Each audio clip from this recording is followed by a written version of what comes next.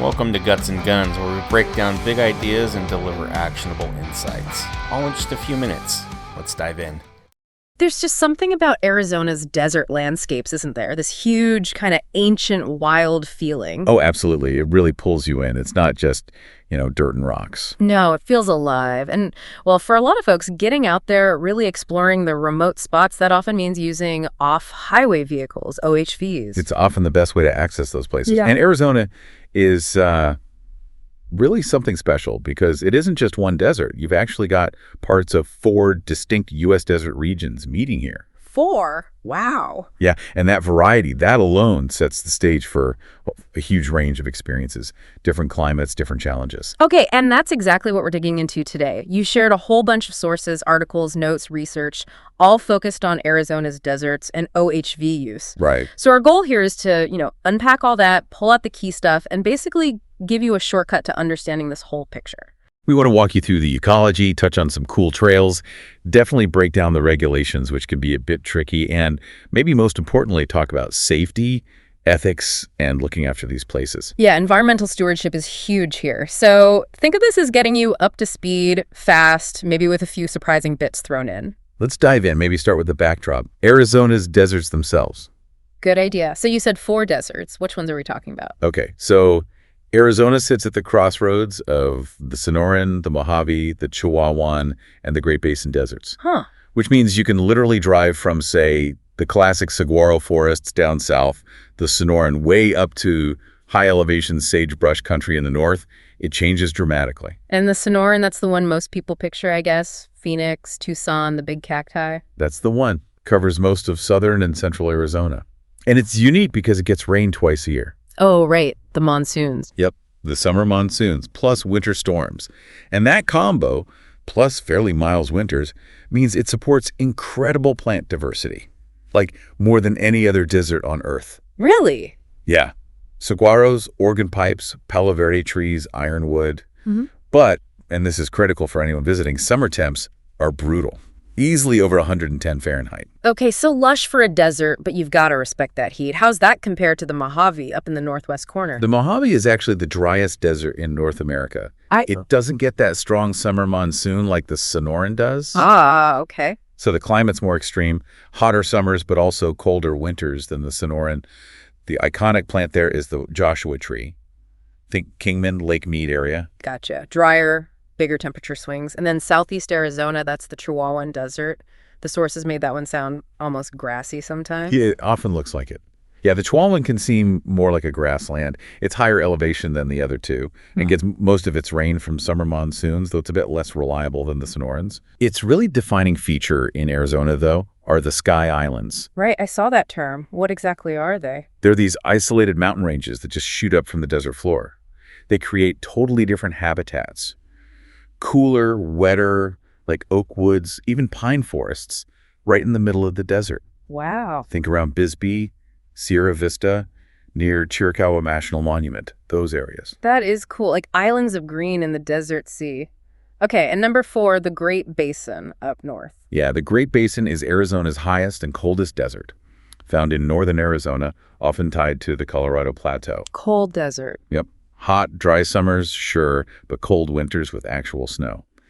And the main plant isn't cactus, it's sagebrush.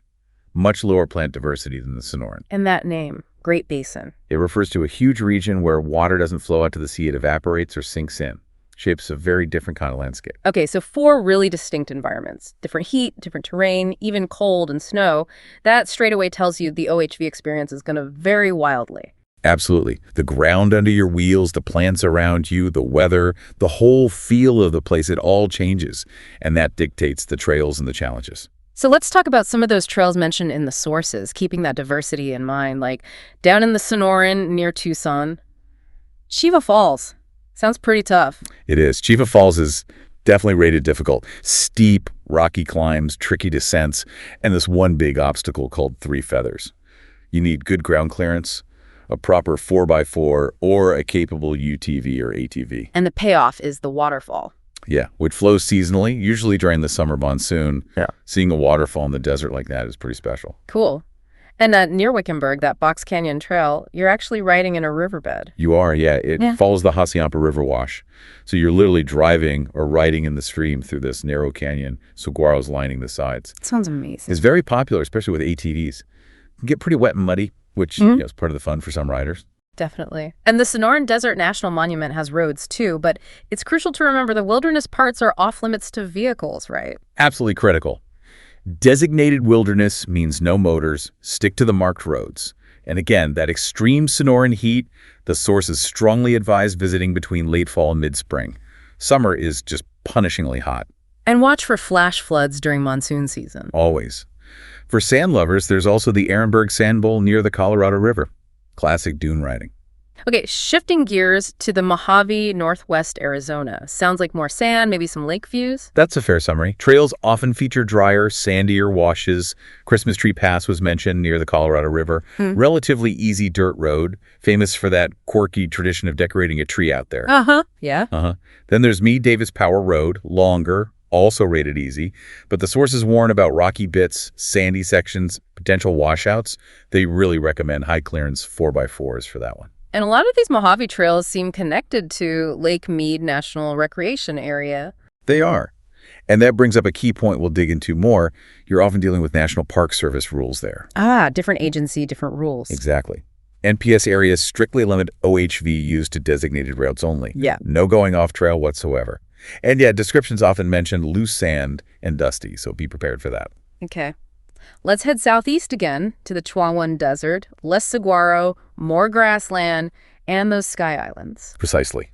The Black Hills Backcountry Byway near Bisbee is a good example. It's unpaved, needs high clearance in dry weather. It gets narrow, steep drop-offs as it winds through the hills. Sounds scenic, but requires focus. Definitely. And the Chiricahua Byway near the National Monument is another. Easier dirt road, climbs up into those Sky Island mountains.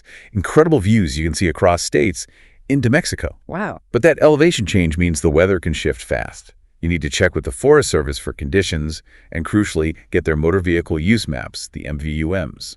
Right, those MVUMs. We'll come back to those. So you're dealing with desert heat down low, but potentially mountain weather up high. You got it.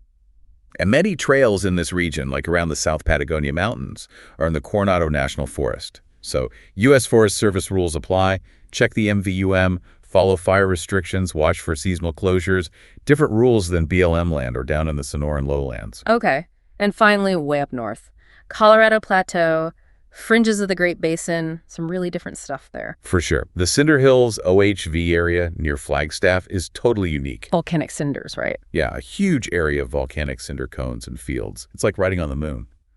Fun fact, NASA actually used it for Apollo astronaut training. No way. Yep, it's in the Coconino National Forest, so again, Forest Service rules. And riding on cinders is a whole different technique, different environmental impact than rock or sand. Interesting. And the Maverick Trail up there sounds like a totally different vibe again. It is. About 50 miles long, near Show Low, over 6,000 feet elevation, winds through ponderosa pine forests. Much cooler temps, great views, often popular with narrower machines like ATVs. And Glen Canyon National Recreation Area, also up north. Also allows OHVs on designated routes, but it's managed by the National Park Service again. So different terrain, NPS rules. Man, this really drives home the sheer variety of rides in Arizona, but also how quickly the landscape, the climate, and importantly, the rules can change depending on where you are. Exactly, which leads us straight into navigating those regulations. It's not always simple. Right. So how do you legally ride on all these different types of land? Because you just mentioned Forest Service, Park Service, there's BLM, state land. It's definitely not a one-size-fits-all permit. You're dealing with multiple agencies, each managing their own piece of the puzzle. Okay. This feels like a really critical piece for people to understand. It's not just one sticker and you're good everywhere. Not at all. You've got the big federal players, Bureau of Land Management, BLM, and the U.S. Forest Service, USFS. They manage huge chunks of public land where most OHV riding happens. Okay.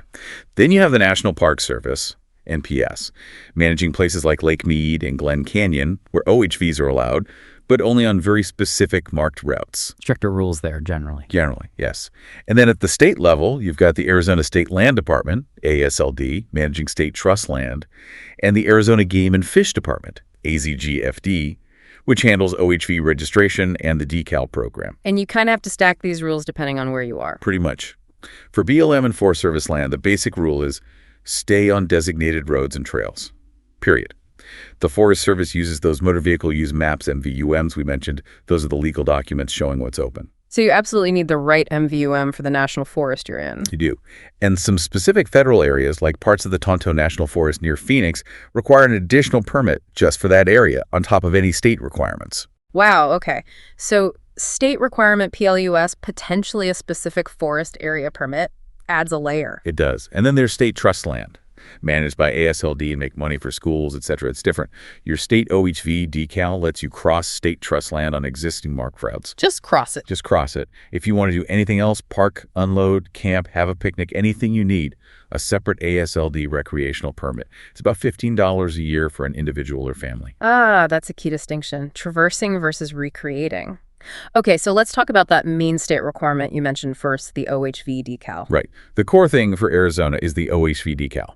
If you have an OHV designed mainly for off-road use, weighing 2,500 pounds or less, you need this $25 decal to legally operate it on public lands and state trust land routes. And that includes ATVs, UTVs, dirt bikes. Yep. And even if your vehicle could be street legal, if it meets that weight limit and you're using it off highway, you need the decal. And this applies to Arizona residents and visitors. Both. Residents get it through the MVD when they register. Non-residents buy it online through Arizona Game and Fish. It's good for 1 year. You got to display it properly, too, on the license plate for residents, somewhere visible on the vehicle for non-residents. Okay. And just to be clear, this decal is not the same as being street legal, right? Totally separate. Street legal lets you ride on paved roads, highways. That requires specific equipment like mirrors, horn, insurance, sometimes emissions tests. The decal is purely for off-highway use on public and state lands. You might need both, depending on your vehicle and how you use it. Got it. Decal for off-road, street legal for on-road. Makes sense. Now, I saw something in the sources about a brand new mandatory safety course. Yes, this is important. It just kicked in January 1st, 2025. To buy or renew your Arizona OHV decal now, at least one registered owner of the vehicle has to complete a free online safety education course. Ah, okay, so it's tied to getting the decal. Exactly. It was developed by ADOT and Game and Fish. There's a video, then a little quiz. It's pretty straightforward, but it is mandatory now. The goal is just to boost safety awareness and responsible riding habits. Seems like a good step, especially with more people getting into OHVs. Okay, what about tribal lands? Arizona has a lot of Native American nations. This is probably the most critical point about access and, frankly, respect. Arizona is home to 22 federally recognized tribes. Their lands are sovereign nations. Meaning state rules don't automatically apply. Absolutely not. Your state OHV decal, your state land permit, none of that grants you access to tribal lands unless that specific tribe says so. You must check directly with the tribe's government or their fish and game or recreation department about their specific rules, where you can go, if anywhere, and what permits you need before you even think about entering their lands. So if your planned route goes anywhere near a reservation boundary, you have to know exactly where that boundary is, who manages the land on the other side, and never ever assume your state or federal permissions work there. Precisely. It's about respecting their sovereignty, their laws, their resources, and their cultural heritage. Some tribes might not allow OHVs at all. Others might have a specific permit system, like the San Carlos Apache tribe, which requires its own permit for any off-highway driving on their reservation. It really requires you, the rider, to do that homework beforehand. It's so clear that being an informed rider means research before you hit the trail, which brings us to that final crucial piece, riding with respect. For the environment, for cultural sites, and honestly, for your own safety out there. Yeah, the sources hammer this home again and again. Exploring these deserts is amazing, but it demands responsibility. The desert is beautiful, but it doesn't forgive easily. Safety isn't just about avoiding a crash. It's about basic survival in what can be a really remote and extreme environment. So beyond keeping your machine in good shape, what are the absolute safety must-haves based on the sources? Okay, first, gear. Personal protective gear. A DOT-approved helmet, mandatory for under 18, but really, everyone should wear one. Eye protection is mandatory if you don't have a windshield. And long sleeves, long pants, sturdy over-the-ankle boots are highly recommended. Protection from scrapes, the sun, snakes, cactus, you name it. And if you're heading into sand dunes, you need a safety whip flag. It needs to be orange, at least 6 by 12 inches, and mounted so it's 8 feet off the ground. That's crucial for visibility so people can see you coming over dunes. Okay, gear sorted. What about the survival kit? What absolutely has to be packed? Water. I mean, the sources basically scream this. Water, water, and more water. Okay. The rule of thumb is at least 1 gallon per person per day, plus a 5-gallon reserve for the vehicle group. Dehydration, heat stroke. These are incredibly serious risks when it's over 100 degrees, which is a lot of the year in southern Arizona. Wow, a gallon a day plus a reserve. That's a serious amount of water, but sounds absolutely vital. What else? A good first aid kit, obviously. Maps and navigation tools. GPS is great. But always, always have a physical map and compass and know how to use them as backup. Because cell service is spotty at best. Exactly. Which leads to communication devices. Consider a satellite phone or a personal locator beacon, a PLB, especially if you're going really remote. Also, non-perishable food, good sun protection, sunscreen, hat, sunglasses, maybe UV blocking clothing. And maybe some basic survival items. Yeah, things like blankets. Desert nights can get surprisingly cold. A flashlight or headlamp, maybe flares or a signal mirror, a good knife, fire starting tools just in case. And dealing with the weather isn't just about staying cool, right? Flash floods. Oh, absolutely. Huge danger, especially during the summer monsoon.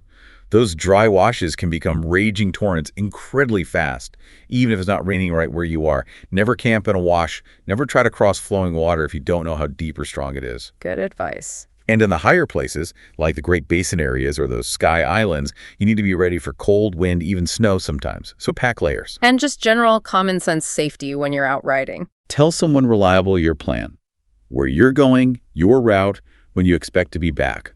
Don't ride alone if you can help it. A buddy vehicle or a small group is way safer if something goes wrong. And if you do get stuck or break down way out there, the advice is always stay with your vehicle. It's much easier for search and rescue to find a vehicle than a person wandering around. Good point. And it should be obvious, but never ride impaired.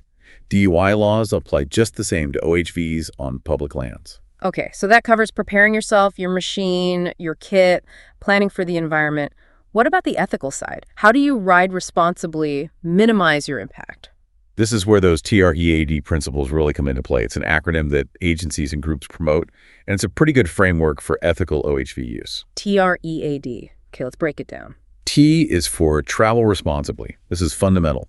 Stay on designated roads, trails, and areas. Don't cut corners. Don't make new trails. If you see an obstacle, try to go over it safely if you can, rather than driving around it. Going around just widens the trail and damages more ground. Makes sense. Avoid really wet or muddy trails, too. Yes, definitely. Riding in those conditions causes deep ruts, leads to erosion, and makes a long-lasting mess. Okay. R is for. Respect the rights of others. Remember, you're sharing these public lands with hikers, horseback riders, mountain bikers, campers, hunters, even private landowners nearby. Be courteous. Yield to non-motorized folks. Keep the noise down, especially near campsites or homes. And leave gates exactly as you find them. If it was closed, close it behind you. If open, leave it open. Simple courtesy, really. The first E. Educate yourself. This loops back to the regulations we talked about. Know the rules for where you are. Have the right maps, especially those official MVUMs for Forest Service land. Plan your route according to your skills and your vehicle's capability. And, well, take that new safety course. Right. A is for. Avoid sensitive areas. This covers ecologically fragile spots like meadows, wetlands, stream banks, critical wildlife habitat. But here in Arizona, this also critically means avoiding cultural and historical sites. Okay, this feels really important, especially given Arizona's deep history. It's incredibly important. The sources are crystal clear. Damaging or disturbing these sites, archaeological sites, rock art, historic places, is a permanent loss. It's irreplaceable. The TREAD framework specifically links protecting the environment with preserving this cultural heritage. What kind of sites are we talking about? Like ruins? Yes. Things like ancient Pueblo ruins, old campsites, but also rock art panels, pictographs painted on rock, petroglyphs carved into it, historic structures like old cabins or mine workings, even just scattered artifacts you might see on the ground like pottery shards or stone tool flakes. And these are protected by law? Absolutely. Protected by state laws and strong federal laws like the Archaeological Resources Protection Act, ARPA. Messing with these sites can bring really serious penalties, big fines, even prison time. Wow. So the absolute rule is? Leave everything exactly as you find it. Don't pick up artifacts. Don't disturb rock piles or old walls. Stay on the marked trails. Don't climb on or walk near sensitive structures or rock art panels. And never touch, trace, chalk, or try to enhance rock art. The oils from your hands alone can damage ancient pigments. Any kind of marking is vandalism. Just observe respectfully. Take photos from a distance. Leave no trace, especially here. And if you see something wrong, like looting or vandalism, Report it. Absolutely. Reporting suspicious activity or damage is part of being a good steward. And always remember the importance of tribal sovereignty and consultation regarding these sites. Many places hold deep sacred meaning for descendant communities today. You're traveling through ancestral lands. Show that respect. crucial perspective. Okay, back to TREAD. We did TREAD. D is for do your part. This is about proactive stewardship. Set a good example. Pack out everything you pack in all your trash. Maybe even pick up some litter left by others. Minimize campfire impacts. Follow fire restrictions religiously. Wildfires are a huge threat here. Good point. And help prevent the spread of invasive weeds. Clean the mud, seeds, and plant bits off your vehicle before you leave home and after your ride, especially if you're moving between different areas or elevations. That's a practical step people can take. Yeah, and maybe even consider joining a volunteer trail maintenance day or a cleanup event with a local OHV club or land agency. That ethic of stewardship feels vital because the sources also pointed out that OHV impacts, even when people are trying to do the right thing and stay on trails, can still be significant in these desert environments. They really can be. Even just driving on a designated route compacts the soil over time, which can increase water runoff and erosion. It can damage roadside vegetation, disturb wildlife, and, as we just mentioned, potentially spread invasive plants from tires or undercarriages. And the recovery time, that was sobering. It really is. One of the key insights from the research is that these negative impacts, soil compaction, vegetation damage, can happen with surprisingly few vehicle passes. And because desert ecosystems grow so slowly due to lack of water, natural recovery can take, well, hundreds of years. Hundreds of years from just a few passes in the wrong place. That really changes how you think about it. It's not just a temporary track, it's potentially a centuries-long scar. Exactly. Every time someone drives off trail, cuts a switchback, or widens a path around a puddle, it contributes to that kind of long-term damage. That's why sticking strictly to designated routes and using techniques like going over obstacles instead of around them is so critical. It's also why agencies sometimes have to close areas, like the Desert Wells site mentioned in the sources, because the accumulated damage just becomes too severe. Wow. Okay, so pulling this all together for you, the listener, we've gone through these sources and looked at the incredible, variety of Arizona's 4 deserts. Yeah, the Sonoran, Mojave, Chihuahuan, Great Basin, each offering really different OHV experiences. We talked about the regulations, the layers you need to understand, that basic OHV decal, the new mandatory safety course tied to it, maybe specific area permits like for state trust land recreation or certain forest zones. And crucially, understanding and respecting tribal sovereignty and their specific rules for access. Absolutely. Then there's the whole safety piece, being prepared for the desert's extremes, heat, floods, remoteness. And the ethical riding framework, those TREAD principles. Traveling responsibly, respecting others, educating yourself. Avoiding sensitive areas, both ecological and especially those irreplaceable cultural sites, and doing your part as a steward. So armed with all this insight from the sources, you should have a much clearer picture now. Not just of where you might want to go ride in Arizona, but maybe more importantly, how to go about it. Yeah, how to prepare, how to ride legally, safely, and ethically, how to really experience these amazing landscapes while also doing your part to protect them. It really boils down to balancing that thrill, that sense of adventure and discovery you get exploring the backcountry with the pretty profound responsibility that comes with entering these ancient, fragile, and culturally rich places. Which kind of leaves us with a final thought for you to chew on, something to take away from this deep dive. Given everything we've discussed, that even minimal, careful use on a trail can cause environmental effects lasting centuries, and that cultural sites, pieces of history, can be lost forever with just one careless act. What does it truly mean to be a steward of these places when you choose to explore them with a vehicle? Yeah, how do our individual choices out there on a trail stack up against the immense timescales of the desert's own geology and human history? Something to think about next time you head out. Thanks for listening. Stay curious, keep learning, and we'll see you next time.